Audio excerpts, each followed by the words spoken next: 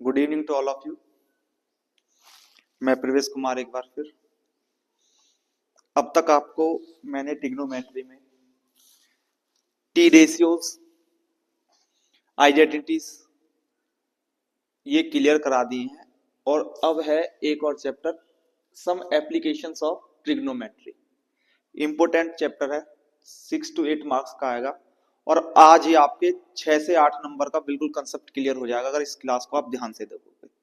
पुरानी क्लासों में कुछ में 2 क्लासों में वीडियो क्वालिटी काफी डाउन थी, परंतु आज वीडियो क्वालिटी भी ठीक रहेगी और आपको एग्जाम में बहुत ज्यादा महत्वपूर्ण विषय है, मोस्ट इंपोर्टेंट टॉपिक है, one of the most important topic. 6 to 8 number की एप्लीकेशन ऑफ ट्रिग्नोमेट्री में हाइट एंड डिस्टेंस आएगी। अब मैं आपको बताता हूं कि एप्लीकेशन ऑफ ट्रिग्नोमेट्री में आएगा क्या क्या। सबसे पहले ये राइट एंगल ट्राइंगल है। सबसे पहले आपको दो चीजें क्लियर करनी है अपनी, 2 थिंग्स नीड टू क्लियर। सबसे पहला होता है आपका इसमें एंगल ऑफ एलिवेशन। हिंदी में बोलते हैं इसको उन्नयन कोण। हिंदी में बोलते हैं इसको उन्नयन कोण। एंगल ऑफ एलिवेशन क्या होता है? जब कोई ऑब्जेक्ट, व्हेन ऑब्जेक्ट डाउनवर्ड्स, जब कोई ऑब्जेक्ट नीचे होता है, अर्थ पे होता है, किसी सरफेस पे होता है, कहीं भी हो ऑब्जेक्ट, जब वो ऊपर की तरफ देखता है तो उसको बोलते हैं हम एंगल ऑफ एलिवेशन। तो मान लिया ये ए है, तो एंगल ऑफ एलिवेशन के लिए मैंने मान लिया इसे ए ही हो गया। आप कहीं से भी आप अपने ऊपर लागू करके देखिए इस चीज को। जब आप ऊपर की तरफ देखोगे, कहीं भी आप ऊपर की तरफ देखोगे, वहां एंगल ऑफ एलिवेशन होगा। फॉर एग्जाम्पल, अगर आप किसी उड़ते हुए प्लेन, एरोप्लेन को देखते हो तो वहां पे एंगल ऑफ एलिवेशन है। ठीक है। सेकंड है angle of depression. Angle of depression होता है जब कोई व्यूअर ऊपर हो, टॉप पे हो और वो नीचे की तरफ देखे, तब होता है आपका एंगल ऑफ डिप्रेशन। हिंदी में बोलते हैं इसको अवनमन कोण। देखो डायग्राम से समझाता हूं।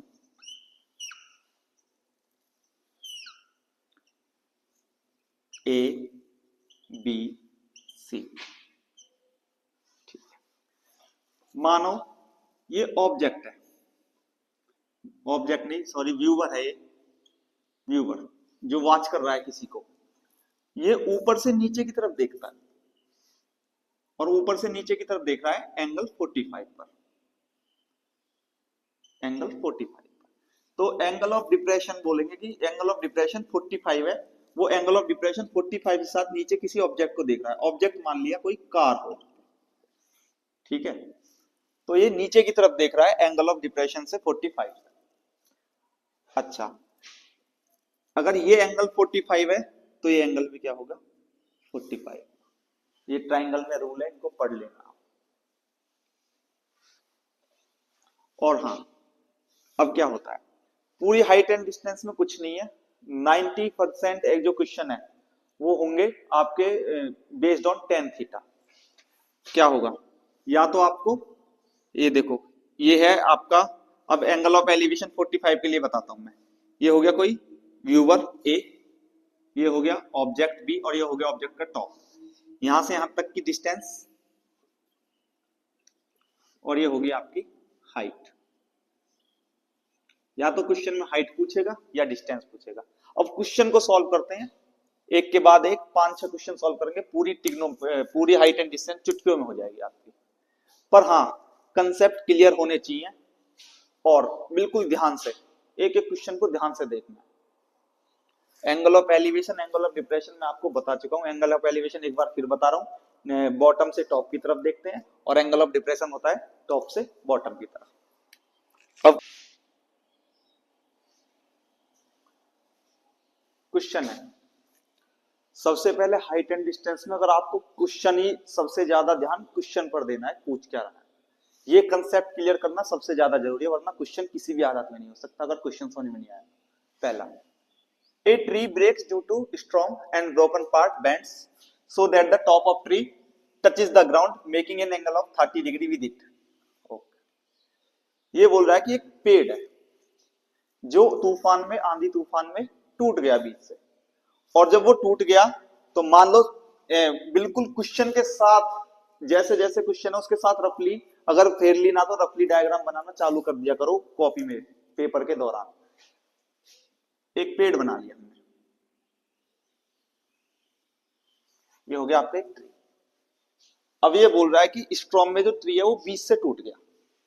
कहां से टूट गया? यहां से टूट गया वो, ये हो गया उसका टूटने वाला हिस्सा। और जैसे ही वो टूटा, उसने क्या किया? The foot of the tree touch, so that the top of tree touch the ground making an angle of 30 degree. जैसे ही ये बेंड हुआ, अब इसको क्या कर लेते हैं? डॉटेड कर लेता हूं मैं इसको, ये टूटा हुआ हिस्सा है ना। जैसे ही ये बेंड हुआ तो ये जो ट्री है ये बेंड होके नीचे की तरफ झुका है। तो जैसे ये ट्री नीचे की तरफ झुका है तो इसने ग्राउंड के साथ इसकी जो टॉप टच हुई है, ग्राउंड के साथ इसके टॉप टच हुई है, उसने बना लिया 30 डिग्री का एंगल ऑफ एलिवेशन जहां से बेंड हुआ है। ये क्या होगा? ट्री का बेंड होना। बेंड है यहां से ट्री, ये पॉइंट बी और ये पॉइंट सी। ठीक है, ये बात क्लियर हुई। एक पेड़ था, आंधी में टूट गया और जो बेंड होने के बाद बीच में से टूटा और जो उसका सिरा था वो जाके ग्राउंड से टच हुआ, एंगल बनाया 30 डिग्री का। ये तो आपकी रोज एग्जांपल कभी ना कभी लाइफ में देखा होगा, जैसे आंधी से पेड़ टूटे होते हैं नीचे की तरफ झुक जाते हैं। अब बोल रहा है the distance between the foot of the tree to the point, distance between the foot of the tree, पेड़ के फुट कहां है? यहां पे खड़ा है पेड़ जड़ के साथ, तो बी पॉइंट पे हो गया पेड़ का foot. The distance between the foot of the tree to the point where the top touches, और टॉप कौन से पॉइंट पे टच कर रही है? यहां। इन दोनों के बीच की दूरी कितनी है? 8 metre. Find the total height of tree. अब इसमें एक कंसेप्ट क्लियर करना है। ये डिस्टेंस होगी आपकी 8 मीटर। अब आपको टोटल हाइट निकालनी है ट्री की। टोटल हाइट का मतलब है ये हाइट निकाल के मत रह जाना h, इसे मान लिया हमने h, पर आपको निकालनी है टोटल, क्योंकि टोटल ट्री तो यहां तक का था, यहां से टूटा है ना। ट्री तो, ट्री की हाइट कहां तक थी? यहां तक की थी। तो टोटल हाइट क्या होगी? जब ये टूट के नीचे आया है तो टोटल हाइट होगी h, टोटल हाइट होगी h प्लस x। करते हैं क्वेश्चन सॉल्व। सबसे पहले गिवन क्या क्या दे रखा है? एंगल ऑफ एलिवेशन 30 है, ए बी सी।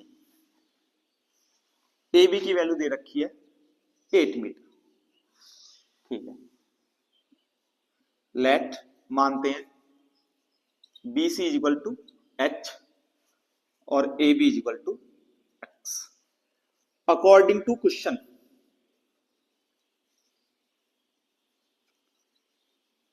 ये किसकी हाइट पूछ रहा है? टोटल हाइट, ट्री की height. The height of tree, आप इसमें लिख देना हाइट की, ट्री की हाइट का है h प्लस एक्स, क्योंकि इतना हिस्सा तो खड़ा रह गया और इतना हिस्सा तूफान में टूट गया, तो टूटा हुआ क्या हिस्सा x और खड़ा हुआ हिस्सा रह गया ट्री का h। ये होगी h प्लस एक्स। अब हाइट एंड डिस्टेंस में सबसे पहले देखो भाई, दोनों निकालने होंगे, एक से बात नहीं बनेगी। या तो पहले x निकाल लो या पहले h निकाल लो, पर निकालने आपको दोनों होंगे। सबसे पहले क्या निकालेंगे? h। अब मैंने पहली क्लास से बताया था आपको पीबीपी अपॉन एचएचपी। पी निकालना है यहाँ पे, और बेस है, गिवन है बेस, तो क्या लगाएंगे? tan theta is equal to P upon B. तो थीटा की वैल्यू कितनी है? 30, tan 30। इसमें बेस क्या है? ए बी, और परपेंडिकुलर क्या है आपका? BC। तो tan 30 क्या होता है? Perpendicular upon base. तो परपेंडिकुलर क्या है आपका? BC, और बेस क्या है आपका? AB। tan 30 की वैल्यू होती है 1/√3, बता चुका हूं बार बार। tan 30 की वैल्यू होती है 1/√3। BC क्या माना आपने? h, और AB क्या है आपका? 8 मीटर। सॉल्व कर लो इसे। h क्या हो जाएगा आपका? 8/√3। एक नियम होता है मैथ में, √3 को कभी भी नीचे नहीं छोड़ेंगे, तो √3 से कंजुगेट से ऊपर, √3 से ऊपर नीचे मल्टीप्लाई कर देंगे। 8√3 और √3 में √3 की मल्टीप्लाई करेंगे, क्या आएगा? 3। तो h की वैल्यू निकल के आई आपकी 8√3/3। यूनिट क्या है? मीटर, तो मीटर लिख देंगे। अब h की वैल्यू निकल के आ गई आपकी। अब क्या निकालनी है आपको? x की वैल्यू। x की वैल्यू तो बिल्कुल सिंपल सी है। x के लिए क्या करोगे? अब ये हाइपोटेनियस है, और ये क्या है आपका? बेस, और ये क्या है आपका? h। h अभी अभी निकल के आई है आपकी, 8√3/3 मीटर। अब आपको x की वैल्यू निकालनी है, हाइपोटेन्यूस दे रखा है, बेस दे हाइपोटेन्यूस निकालना है, बेस दे रखा है, परपेंडिकुलर दे रखा है।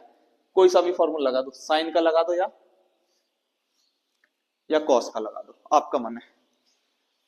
तो कॉस का लगाते हैं साइन का, चलो साइन से करते हैं। Sine 30 is equal to, sine की वैल्यू क्या होती है, परपेंडिकुलर अपॉन हाइपोटेन्यूस। परपेंडिकुलर क्या हो गया आपका 8√3 इंटू 3 और हाइपोटेन्यूस क्या है आपका x, ये निकालना है। साइन 30 की वैल्यू हो जाएगी आपकी 1/2 इज इक्वल टू 8√3/3x। तो x की वैल्यू आएगी आपकी निकल के 16√3/3। सॉल्व करके ये आएगी आपकी वैल्यू निकल के मीटर। ये आप सॉल्व कर लेना, कैसे करोगे, 3x ऊपर चला जाएगा, 8 2 16√3, x को अकेला छोड़ देंगे, ये मल्टीप्लाई में 3 यहाँ इसमें आ जाएगा डिवाइड में, या सीधा सीधा क्या है x को यहाँ ले जाओ और 2 को यहाँ कर दो, तो 2 की मल्टीप्लाई 8√3 में आ जाएगा 16√3/3। अब आपको निकालना भाई टोटल हाइट। टोटल हाइट क्या दे रखी है x प्लस h। देखो ये शुरू में ही लिख दी थी x प्लस h। x की वैल्यू है आपकी 16√3/3 और h की वैल्यू निकल के आई थी आपकी 8√3/3। 16√3 एलसीएम कितना आएगा 3, तो ये कितना हो जाएगा 24√3। 3 से 3 8 जा 24। तो आपकी हाइट आएगी, ट्री की हाइट जो आएगी, total height, tree height 8√3 answer. अच्छा क्वेश्चन है, थोड़ा क्वेश्चन में फेरबदल किया है मैंने, बुक में ऐसा नहीं था, बताऊंगा थोड़ा समझाने के लिए क्या आपको अपनी तरफ से क्या है। From the top of a 7 metre high building the angle of elevation, पहले पढ़ो क्वेश्चन, किसी 7 मीटर ऊंची बिल्डिंग के टॉप से the angle of elevation of the top of a cable tower, कोई केबल टावर खड़ा है सामने, उसके जो टॉप का एंगल ऑफ एलिवेशन है वो है 60 डिग्री।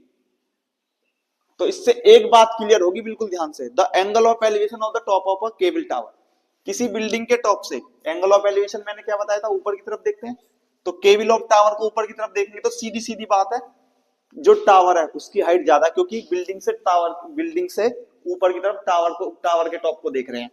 तो क्या है, एक बात क्लियर हुई, टावर की हाइट क्या होगी बिल्डिंग की हाइट से ज्यादा। ये रफली काम कर रहा हूं मैं भी, height of building, tower height building की हाइट से ज्यादा होगी, एक चीज क्लियर होगी। चलो बनाते क्वेश्चन के साथ साथ, ये खड़ा कर लिया हमने टावर और ये खड़ी कर ली हमने बिल्डिंग।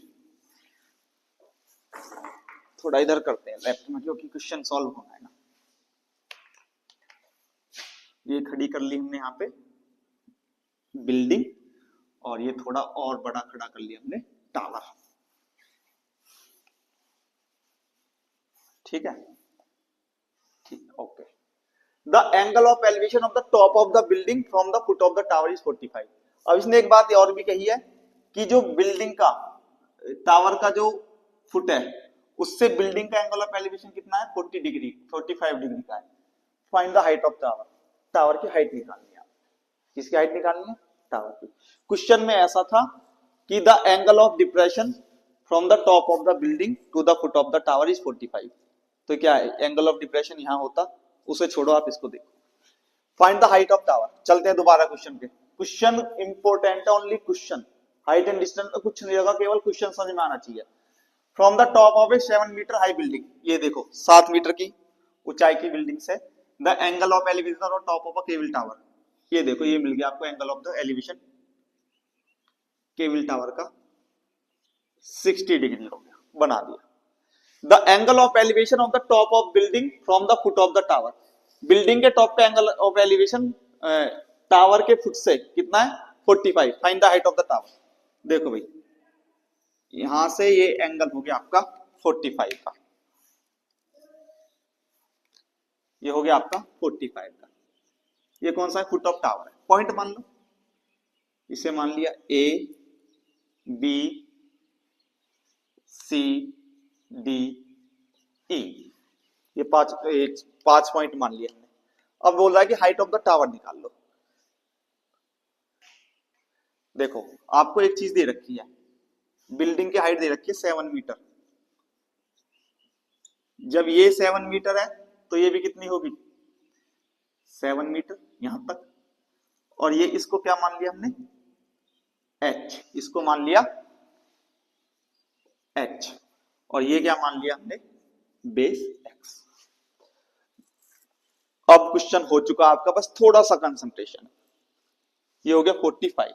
सबसे पहले ले लो triangle A B C. In triangle A B C देखो भाई क्या क्या है, बेस है और परपेंडिकुलर है। परपेंडिकुलर गिवन है, बेस अननोन है, बेस निकालना है। तो कौन सा फॉर्मूला दिमाग लगाओ, P B P upon H H B. तो परपेंडिकुलर अपॉन बेस क्या होता है, टेन थीटा। ओके लिख दो, tan 45 is equal to perpendicular upon base. Perpendicular क्या है आपका, एसी इसमें, और बेस क्या है आपका, ए बी।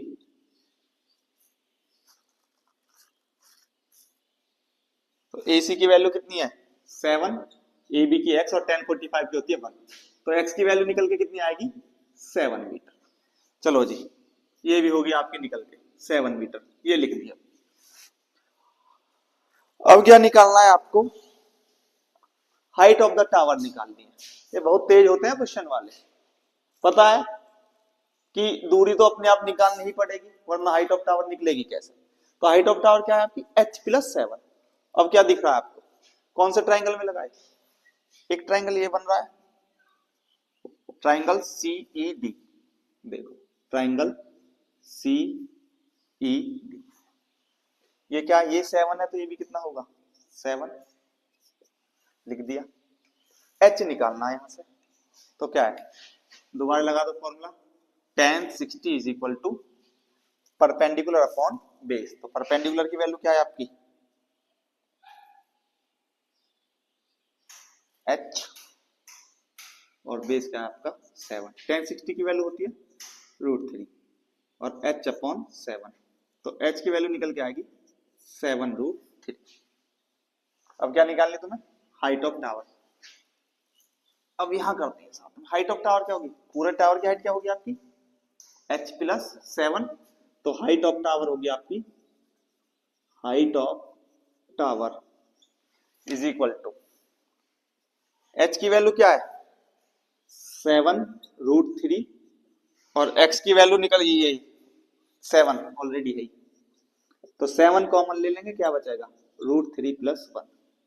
तो हाइट ऑफ टावर मान लिया हमने, y मान लेते हैं, या ऐसे ही छोड़ दो, h plus 7 is equal to y मान लो। चलो तो y की वैल्यू आएगी आपकी 7√3 प्लस 1। बहुत इजी कंसेप्ट है, आप वीडियो देख रहे हो, एक बार मैं आज समझ तो बार एक बार और देख लीजिए, वैसे एक बार समझ में आनी चाहिए।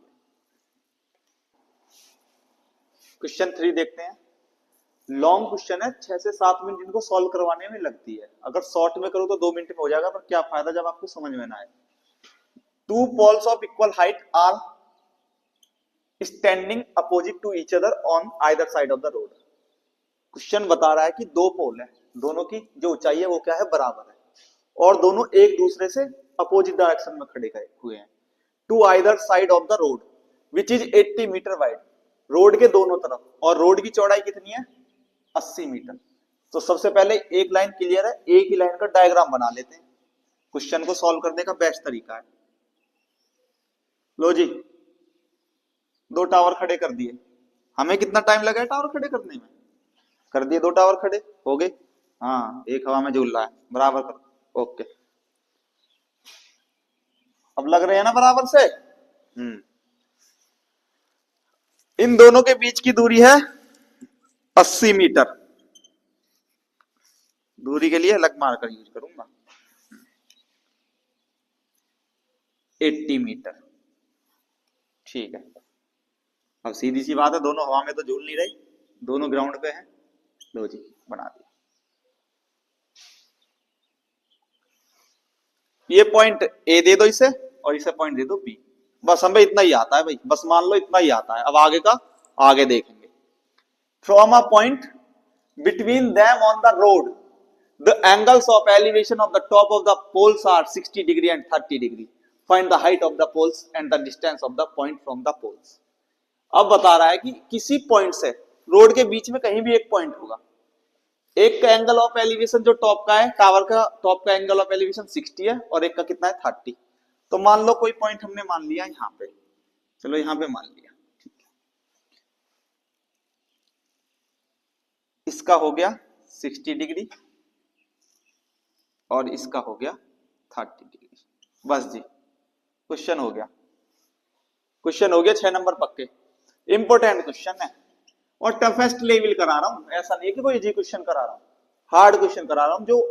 जो आएंगे तो इससे ज्यादा हार्ड आएगा नहीं। एक दो क्वेश्चन और कराऊंगा स्पीड और डिस्टेंस के, उसके बाद सॉल्व।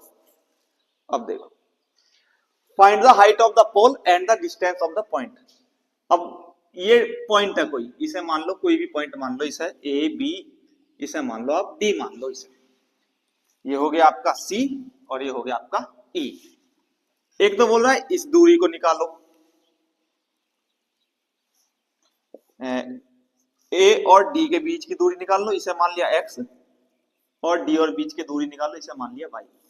और 80 क्या हो गई, क्वेश्चन में दे रखा है X plus Y equal to 80। Road की जो चौड़ाई है वो 80 मीटर है, दे रखा है क्वेश्चन में। Find the height of the pole. हाँ भाई एक चीज और है, अब हाइट और निकाल लेते हैं पोल की। इतने सारे अननोन हो गए, बच्चे डर जाते हैं। कुछ भी नहीं है डरना, आप देखो कैसे डराएंगे, अब इस क्वेश्चन को ही डराएंगे उल्टा हम। चलो कोई सा भी एक ट्राइंगल उठा लो जी, कोई सा भी एक ट्राइंगल उठा लो, एक ट्राइंगल उठा लो, उसके बाद में काम करते हैं। कुछ थोड़ा सा काम और करना है, बस पॉइंट बाई पॉइंट चलेंगे, क्वेश्चन सॉल्व करना है। ए डी सी ट्राइंगल उठा लिया हमने, A D C, A D C उठा लिया, ये परपेंडिकुलर हो गया, बेस हो गया। और एक और चीज फिर बता रहा हूं, टेन थीटा का ही मोस्टली यूज होगा। साइन थीटा का तो वहां यूज होगा जहां पे आपको हाइपोटेनस निकालना है, साइन थीटा या कॉस थीटा का, वरना परपेंडिकुलर बेस निकालने तो आप बीच के टेन थीटा का यूज करते रहो। टेन 30 की वैल्यू क्या हुई, टेन थीटा होता है परपेंडिकुलर अपॉन बेस। परपेंडिकुलर क्या है आपका AC और बेस क्या है आपका AD।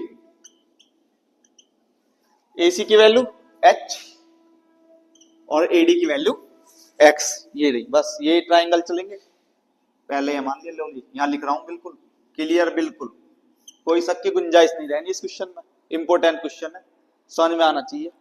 ADC टेन 30 की वैल्यू होती है √1/√3 और H/X। तो यहां से X की वैल्यू निकाल लो, X की वैल्यू आई आपकी H√3। इक्वेशन नंबर 1 मान लो इसे, ठीक जी। अच्छा अब एक चीज देखो, अब करते हैं दूसरे ट्राइंगल में सॉल्व करने से पहले एक काम करते हैं। अगर हम यहाँ y रखेंगे ना, तो y रखने का मतलब रहेगा दो अननोन हो जाएंगे, x अलग हो जाएगा, y अलग हो जाएगा। तो इसे x की फॉर्म में ले आओ। भाई एक चीज बताना तुम जब x प्लस वाई 80 है तो y कितना होगा 80 माइनस एक्स। y क्या होगा 80 माइनस एक्स ही तो होगा। तो यहाँ y की जगह क्या रख लेंगे हम, y की जगह रख लेंगे हम 80 माइनस एक्स, ये होगी y की value.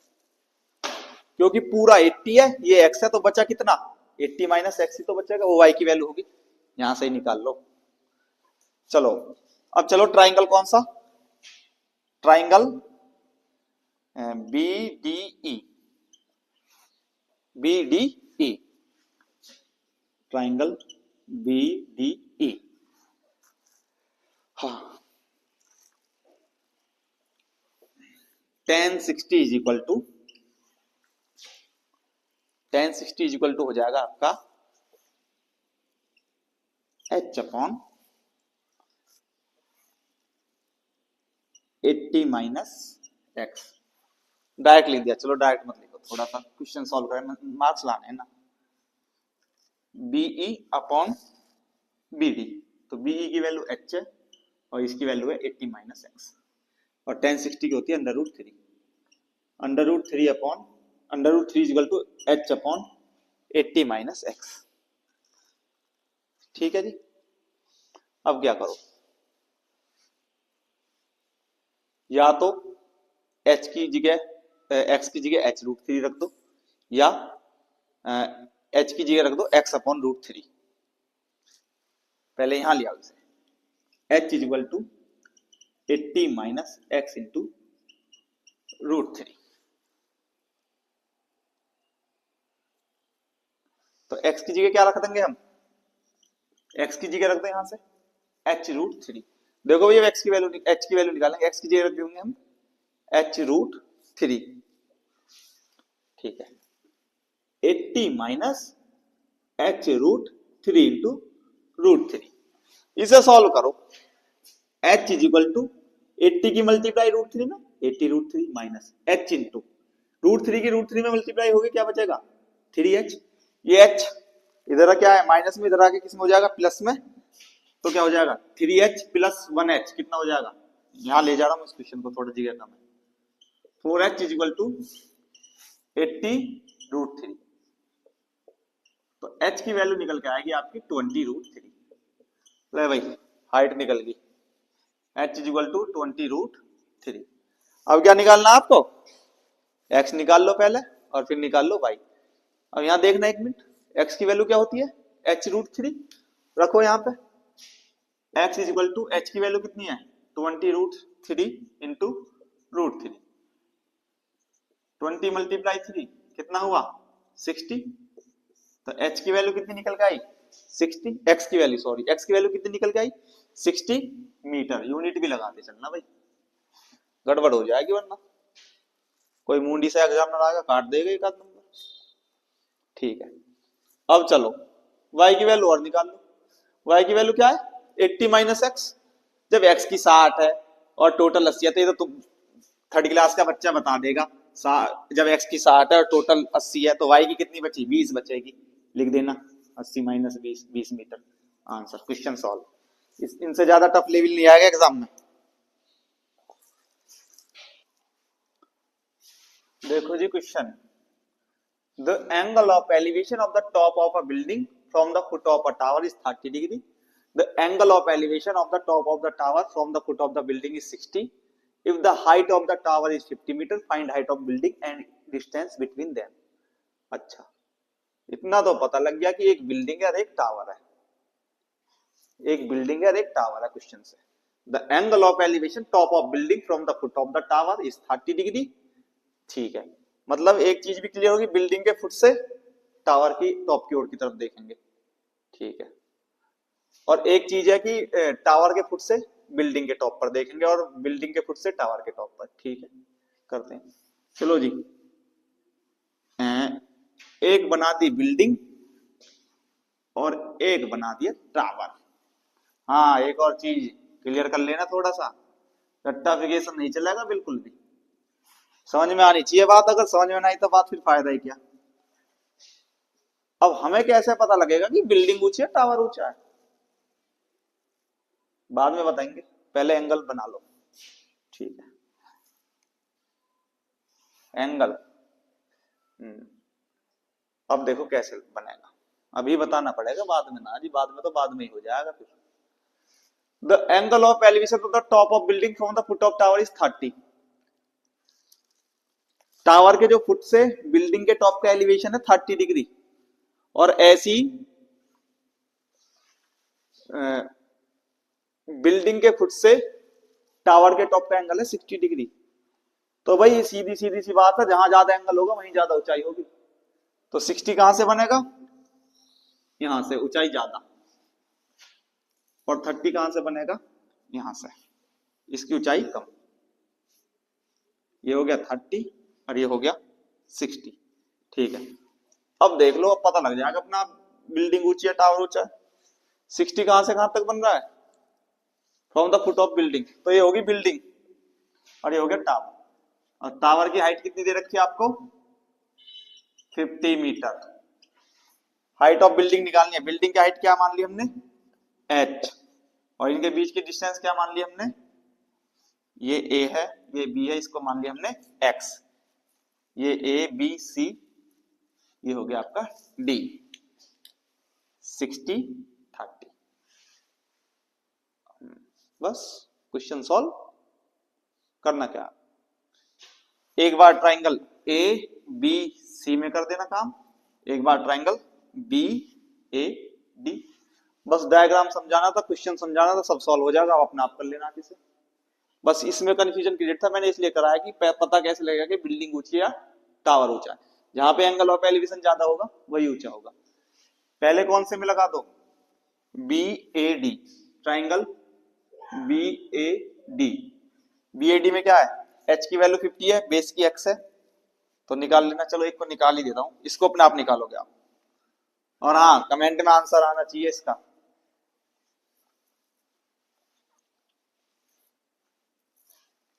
tan 60 is equal to B D upon A B. tan 60 की वैल्यू √3, बी डी की वैल्यू 50 और ए बी की वैल्यू आपकी x। तो x की वैल्यू आएगी 50 अपॉन √3। √3 को कभी भी डिवाइड में नहीं छोड़ते, तो 50√3 अपॉन 3, अंडर√3 से ऊपर नीचे मल्टीप्लाई कर देंगे, ये वैल्यू आई आपकी x की। अब x की वैल्यू निकल के ये आ गई 50√3 अपॉन 3, यहां से h की वैल्यू निकाल लेना, सीधा सीधा साहब इस ट्राइंगल ले लेना। जब इतना कर दिया तो अभी अपना आप करोगे, मैं नहीं कराऊंगा, छोड़ो।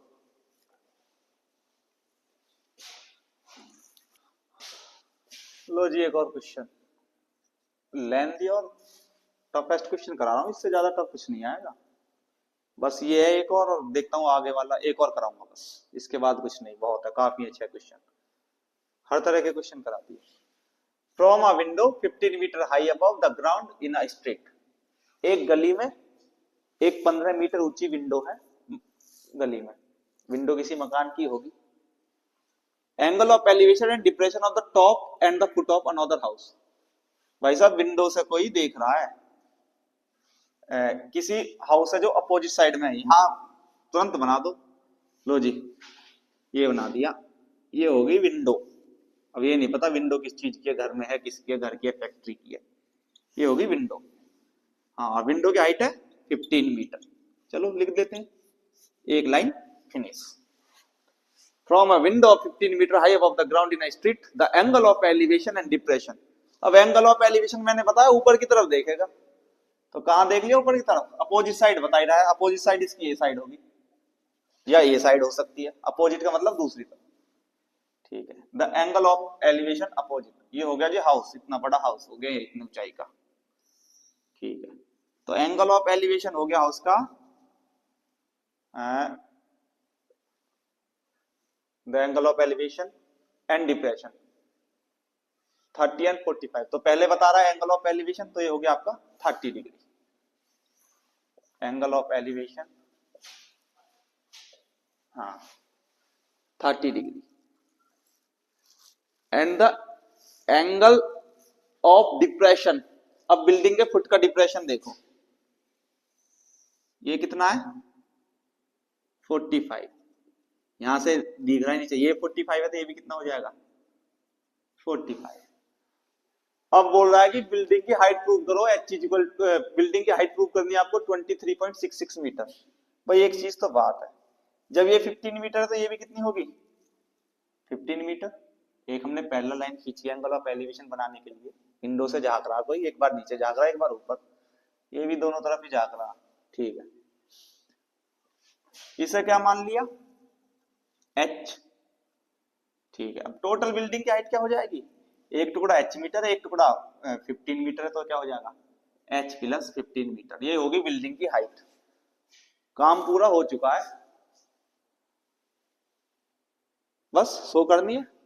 अब पॉइंट रख लेते हैं यहाँ पे, ए B C D E.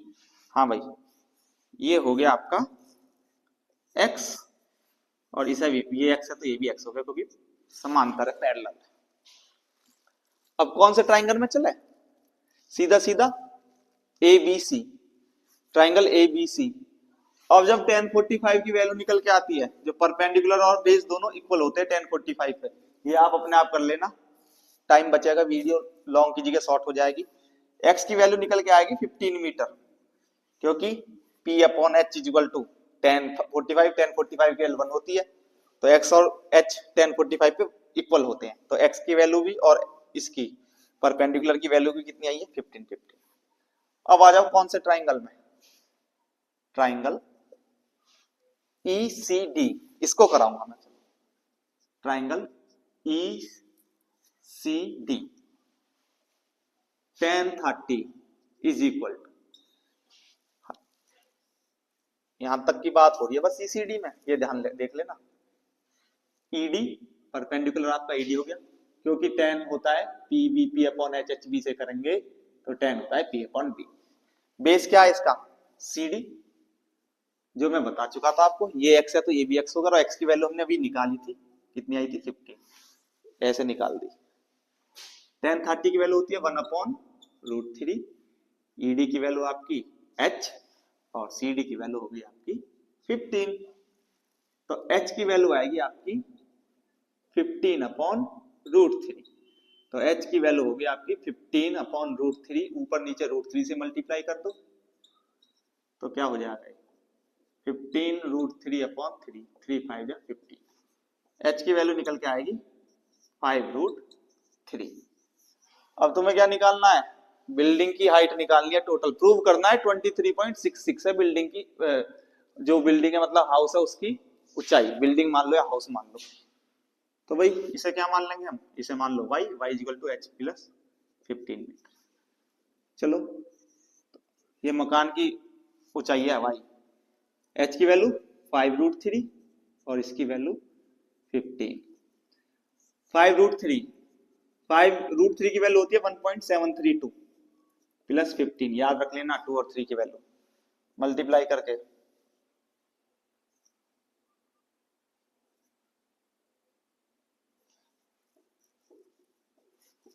23.66 metre, hence prove, ये आ गई y की वैल्यू निकल के। √3 की जगह 1.732 रख देंगे, ये होगी y की वैल्यू प्रूव। मैं क्या कह रहा हूँ, इनसे टफ क्वेश्चन नहीं होंगे, और समझ में ना आ रही वीडियो को रिवाइंड कर लेना, पर उम्मीद करता हूँ इतना धीमे धीमे और आराम से पढ़ा रहा हूँ एक एक पॉइंट क्लियर करके कि एक बार में समझ में आ जाएगा। बस एक क्वेश्चन और कराता हूँ स्पीड वाला, बात खत्म।